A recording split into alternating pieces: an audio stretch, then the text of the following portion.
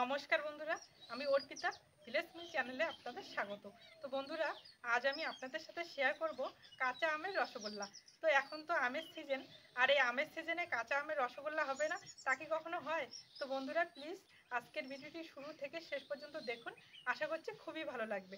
আর যে সকল বন্ধুরা এখনও পর্যন্ত নতুন, তারা যদি ইউটিউব থেকে দেখেন তাহলে চ্যানেলটি সাবস্ক্রাইব এবং ফেসবুক থেকে দেখলে পেজটিকে ফলো করে আমাদের পাশে থাকবেন। তো চলুন বন্ধুরা, আজকের রেসিপিটি শুরু করা যাক। আজকে যে কাঁচা আমের রসগোল্লাটা বানাবো তার জন্য যে অনেকটা পরিমাণ আম লাগবে সেটা কিন্তু নয়, আমার একটা আমে হয়ে যাবে। তো আমি আমটাকে প্রথমে কেটে নিচ্ছি, আমটাকে প্রথমে ছাড়িয়ে নিচ্ছে।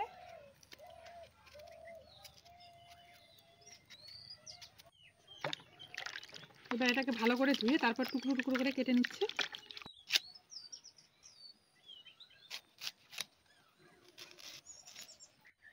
এই যে আমের যে বীজটা, এটা ফেলে দিচ্ছি। এবার এগুলোকে টুকরো টুকরো করে নেব।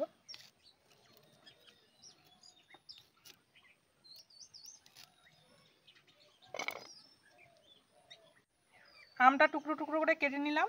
এখানে একটা মিক্সি জার নিয়েছি, এবার ভালো করে আমটাকে পেস্ট করে নেব।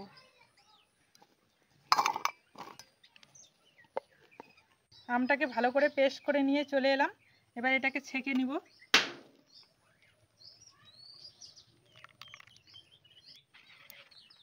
আমার শুধু এখানে আমের জুসটা হলেই হবে।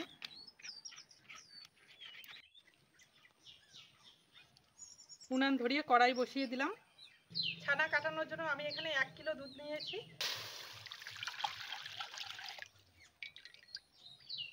দুধটাকে ভালো করে গরম করে নিব।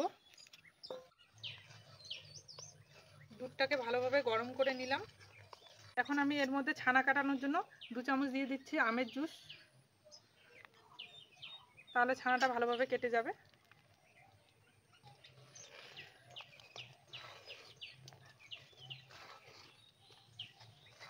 এই দেখুন বন্ধুরা, ধীরে ধীরে কিন্তু ছানা কাটা শুরু হয়ে গেছে।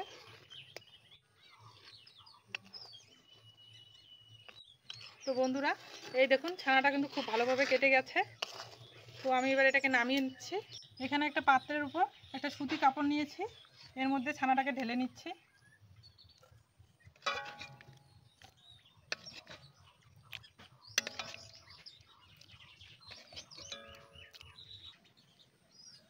এবার আমি ছানাটাকে ভালোভাবে চেপে নিচ্ছি।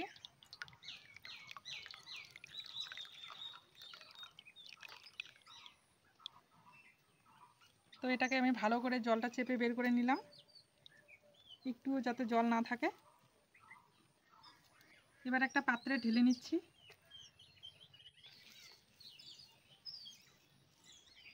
এবার এটাকে আমি এই হাতের তালু দিয়ে ভালো করে মেখে নেব।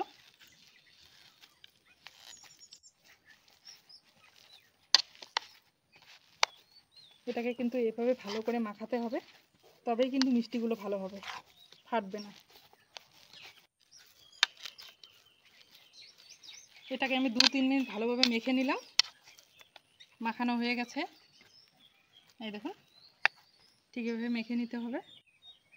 এবার আমি এখান থেকে লেচি কেটে ছোট ছোট গোল করে মিষ্টিগুলো বানিয়ে নেব।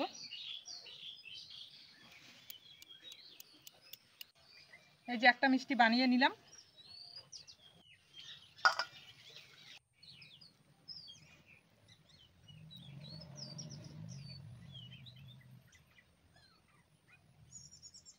তো বন্ধুরা, আমি মিষ্টিগুলো বানিয়ে নিলাম। এবার চিনির শিরাটা বানিয়ে নেব। চিনির শিরা বানানোর জন্য আমি এখানে দিয়ে দিচ্ছি 1 বাটি চিনি, আর ওই বাটি দিয়ে দিচ্ছি 2 বাটি জল। এবার চিনির সাথে জলটাকে ভালোভাবে গুলিয়ে নেব। চিনির সাথে জলটাকে ভালো করে গলিয়ে নিলাম। এখন এর মধ্যে আমের যে জুসটা রেখেছি সেটাই দিয়ে দিচ্ছি। আমের জুসটা দেওয়াতে কিন্তু কালারটা আসলো না, তো তার জন্য আমি এখানে একটু ফুড কালার ইউজ করব। তো কালারের জন্য আমি এখানে গ্রিন কালার 2 ফোঁটা ফুড কালার দিয়ে দিচ্ছি, তাহলে কালারটা আসবে ভালো। এই দেখুন, ফুড কালার দেওয়াতে কিন্তু কালারটা খুব সুন্দর এসেছে। এখন এর মধ্যে রসগোল্লাগুলো দিয়ে দেবো।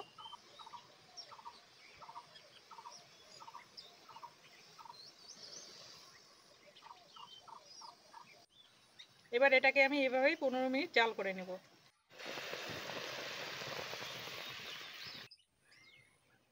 15 মিনিটের মতো আমি জাল দিয়ে নিলাম। এই দেখুন কত সুন্দর হয়েছে মিষ্টিগুলো। তা আমি আপনাদেরকে একটা তুলে দেখাচ্ছি। এই দেখুন বন্ধুরা, কত ছোট ছোট বল বানিয়েছিলাম, এই দেখুন ফুলে কত বড় বড় হয়েছে। তো আমার কিন্তু একদম রেডি মিষ্টিগুলো। এবার আমি নামিয়ে নিচ্ছি।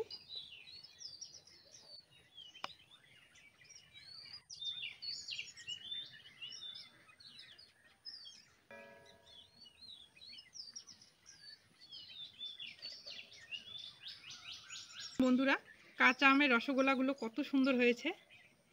তো আমি আপনাদেরকে একটা কেটে দেখাচ্ছি কেমন হয়েছে। এই দেখুন বন্ধুরা, মিষ্টিগুলো কত সুন্দর নরম তুলতুলে হয়েছে। এই দেখুন বন্ধুরা, ভিতরেও কত সুন্দর রস ঢুকেছে। তো এই মিষ্টিগুলো খেতে কিন্তু ভীষণই ভালো লাগে। তো আপনারা অবশ্যই বাড়িতে ট্রাই করবেন। তো আজকের ভিডিওটি কেমন লাগলো অবশ্যই কমেন্টে জানাবেন। তো আপনারা তো এমনি মিষ্টি অনেকেই খেয়েছেন, কে কে কাঁচা আমের মিষ্টি খেয়েছেন সেটাও কমেন্টে জানাবেন। তো আজকের মতো এই পর্যন্ত, দেখা হচ্ছে অন্য কোনো ভিডিওয়ে। ধন্যবাদ।